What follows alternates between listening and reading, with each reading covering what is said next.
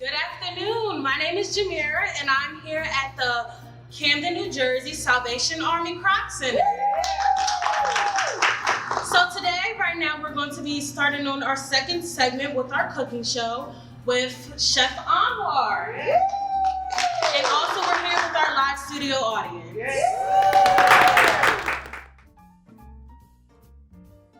Welcome back to our next segment. Again, I'm Chef Anwar from Wellness in the Schools. Just a little bit of history of Wellness in the Schools. Wellness in the Schools is a nonprofit organization in New York City, based in East Harlem. I am among a cohort of chefs that is sent across the country to help schools with their lunch programs, eating better, living healthy, playing better, even doing green work. So I've been sent to Trenton, New Jersey, and Camden. And so I'm here to spread the good news of wellness. I'm also here to teach kids healthy habits and how to live and eat, and just feel better about themselves.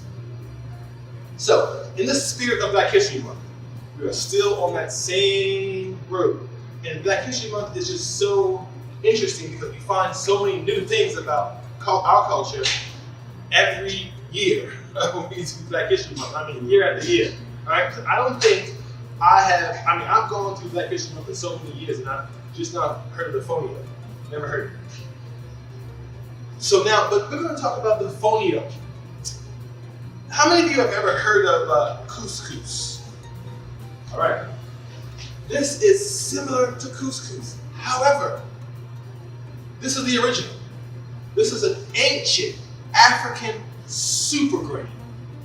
This is an ancient African super grain, and this super grain fights a lot of ailments, it helps to combat different conditions that we have. It is a superfood in the sense that we know what other superfoods are that we've heard of, like all the greens, blueberries, the fish oils and things like that for our brain. Those things help our brain. But this particular ancient grain, we're going to do something very special with. All right. So to make the fonio, which I already went ahead and did. The fonio is right here. It's a nice beige, plain color, and this is like couscous. So what I've done is that I've taken vegetable stock, and I've boiled the vegetable stock, brought it to a boil. I then added a cupful of fonio, and one dry cupful of fonio yielded all of this fonio. Once it comes to a boil, right, and you put the fonio into the boiling stock, you turn the fire off, set it aside, and you cover it, and just let it go. It will absorb everything, it will turn everything into, it will just be what we see here now. Now that we have the fonio here, let's start getting into what else we want to do. All right, so I have garlic. Get my fire going. I put a little fat inside of the pan here. I'm going to saute a couple things that are going to smell really aromatic stuff. All right, so here's we diced an onion. First, I'm going to go down, and this is called going under the bridge. And we teach kids in our WITS labs. We teach them with knife cutting, knife skills, going under the bridge. Now that I've gone the knife under the bridge, I'm going to start making my tic-tac-toe. Right? And then I've got one. Now I did bend my hand back, but I also wanted to keep the onions in place. So I kind of put my hand back and kind of put them together so I can hold it. I pull the knife out. And then I'm just going to go ahead and do another line there, right? Another line. And then I can probably do another one.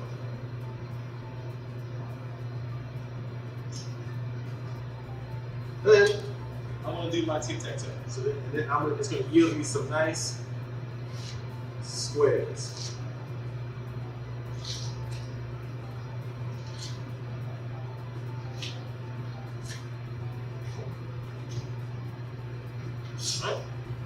Same for this.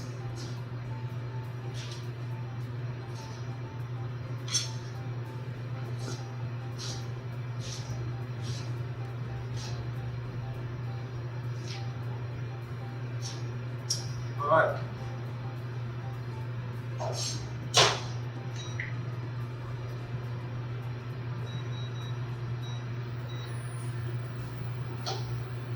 Now I'm going to mix our garlic.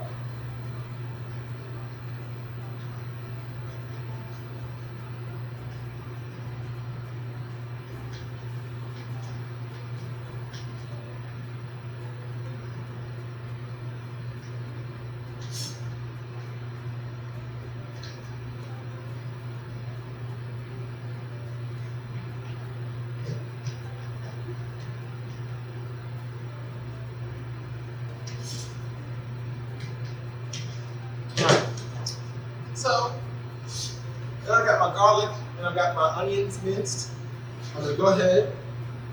I'm just going to add them into the hot pan.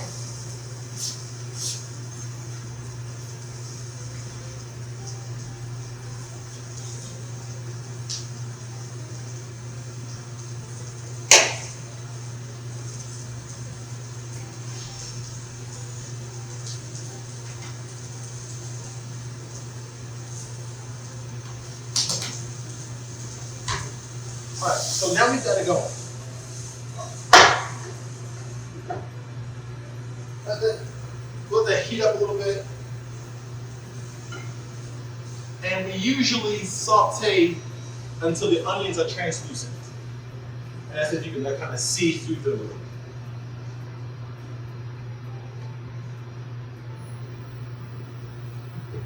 bit. All right, so I'm going to lift it a little bit. All right. Oh, let's go. Now, I have all of my seasonings. We have turmeric, very anti-inflammatory. We have cayenne, fights colds.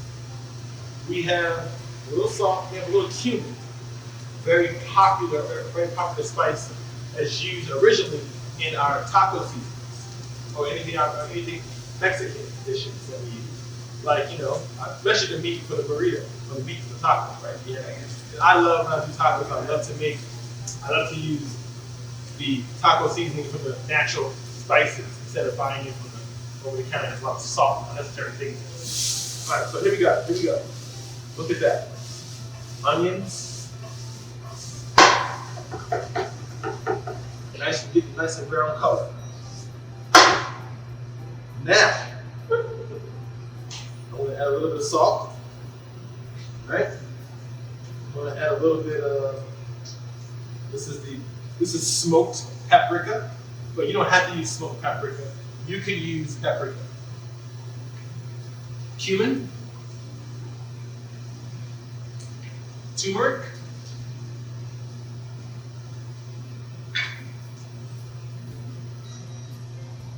cayenne.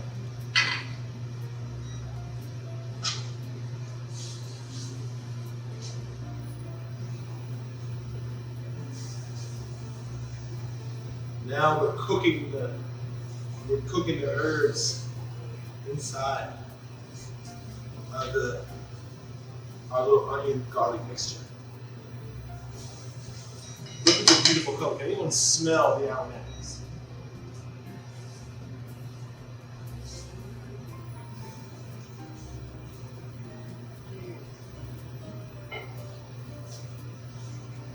All right. And then our recipe calls for, now all we have to do is let that go. Get the aromatics going. Now we're gonna take all the spices are all in here, and now all we do is add everything.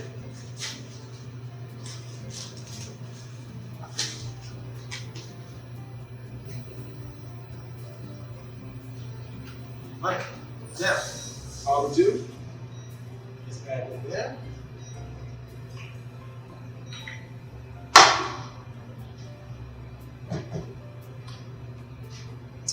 Chickpeas.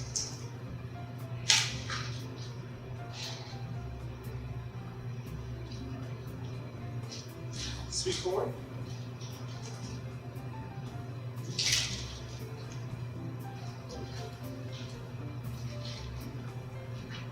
Raisins.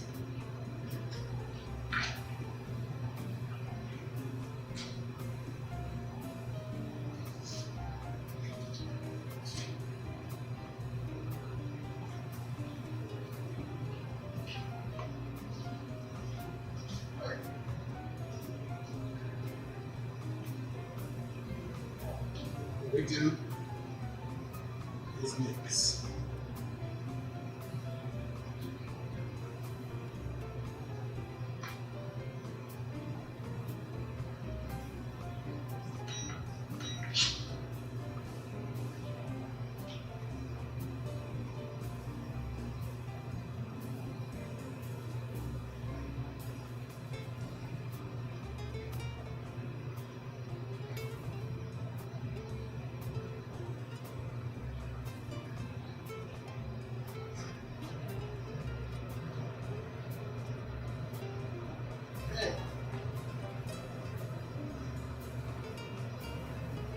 All right.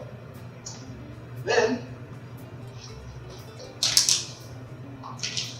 what we do is top it with sunflower seed. Now, this is good because if you have nut allergies, this is not even treatment. It's seeds. All right.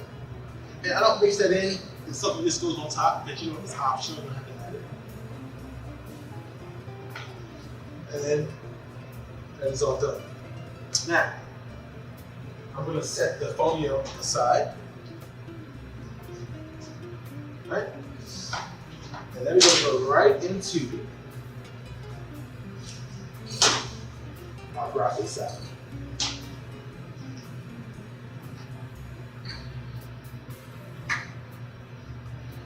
All right.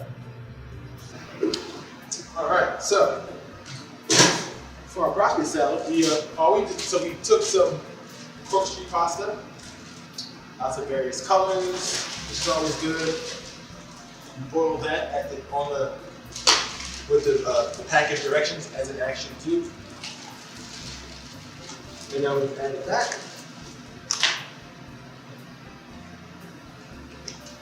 Our breast here.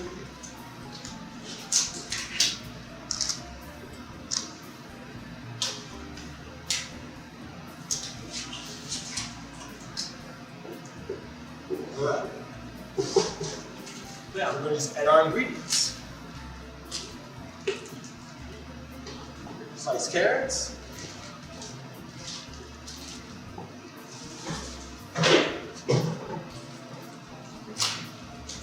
Now we have our charred broccoli.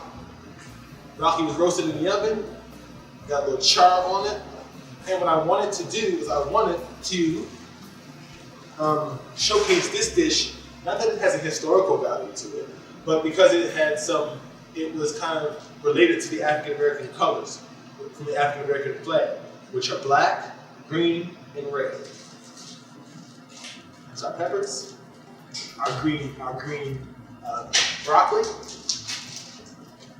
and the colors symbolize, black is for the color, red is for the blood, and green is for the land. Okay. Here we have some dried cranberries.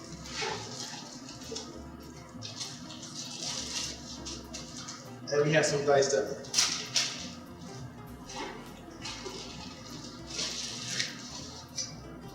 And then, here's our French dressing. And the recipe has just some tomato paste, right? The recipe has some salt and pepper. The recipe has a little bit of garlic, has some onion, and then we has a little bit of orange juice, right? And some honey. That is your basic French dressing. But I changed the ratios a little bit so that it'll be a nice vinaigrette. All right.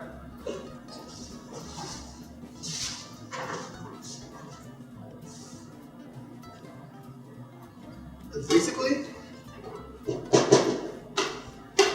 we just mix this up together.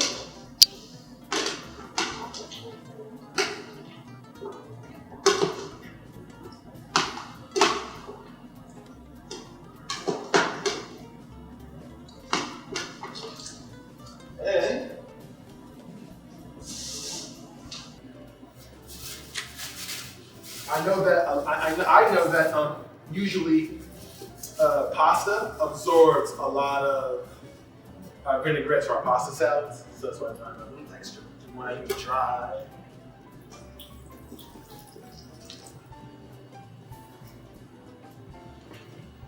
Now, mind you, all this is made from scratch. We're not taking French dressing out of a bottle anywhere.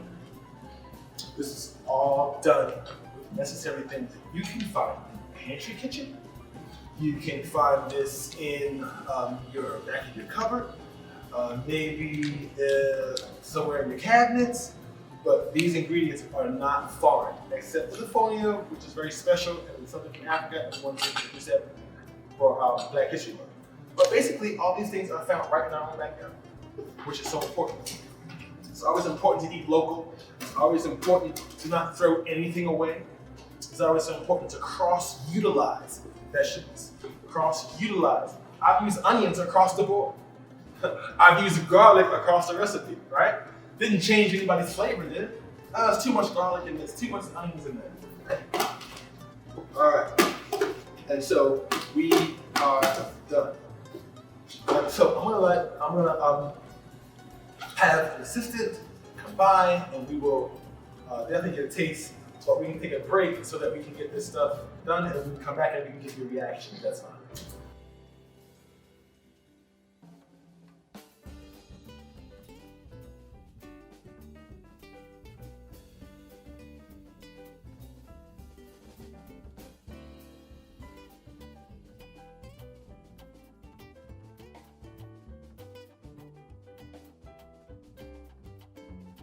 Hi, my name is Janera, and the roasted broccoli salad was amazing.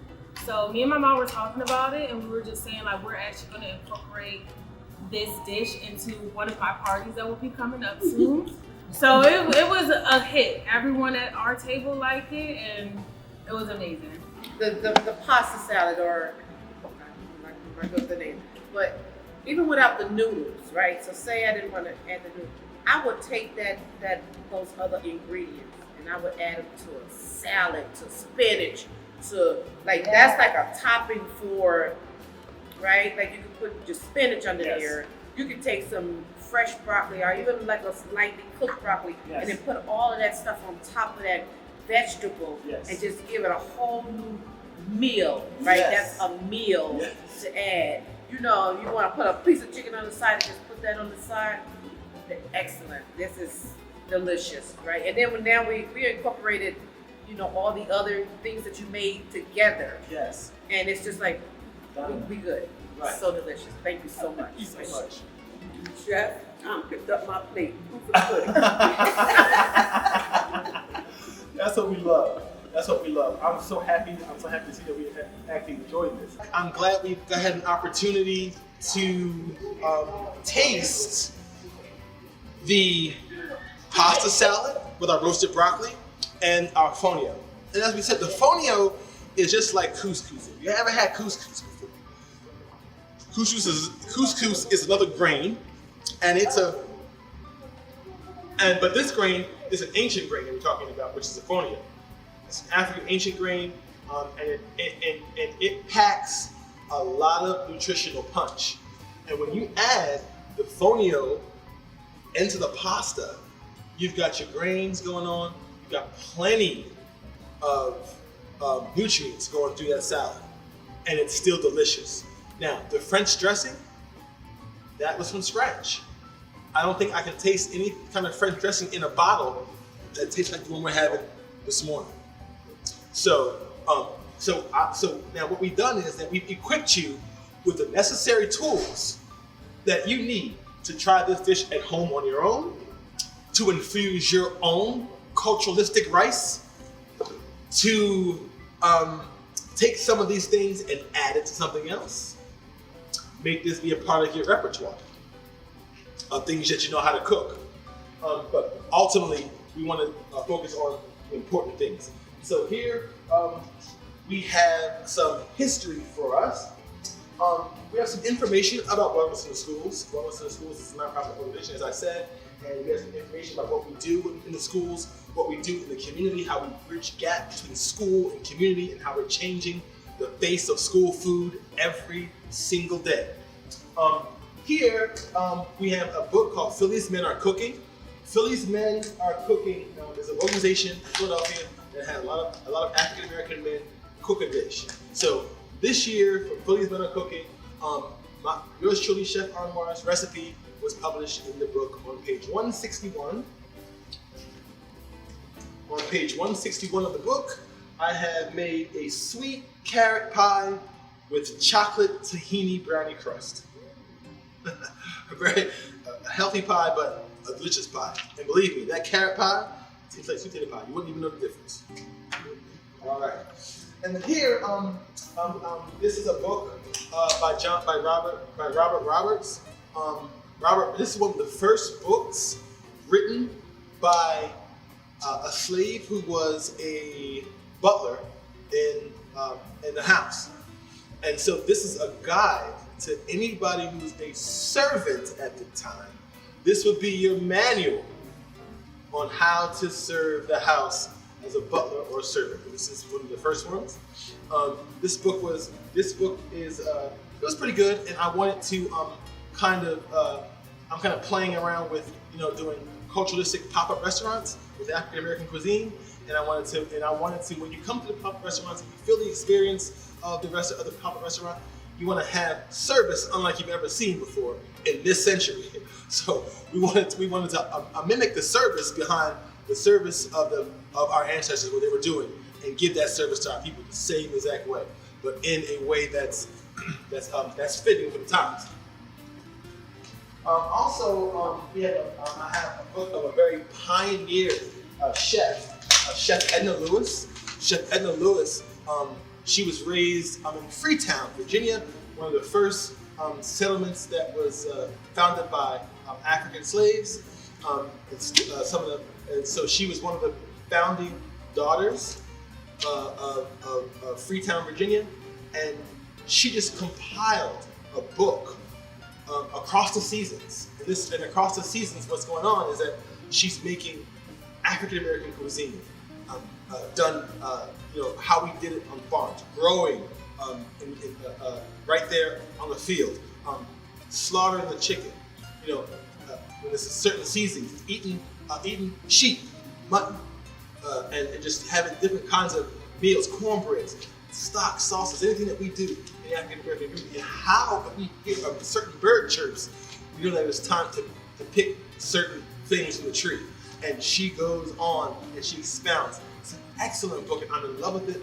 I've been reading it for Black History Month to actually improve some of my cooking repertoire from things from the past. I had a presentation of sunflowers. I love sunflowers. That's my national flower. So, I love the sunflower.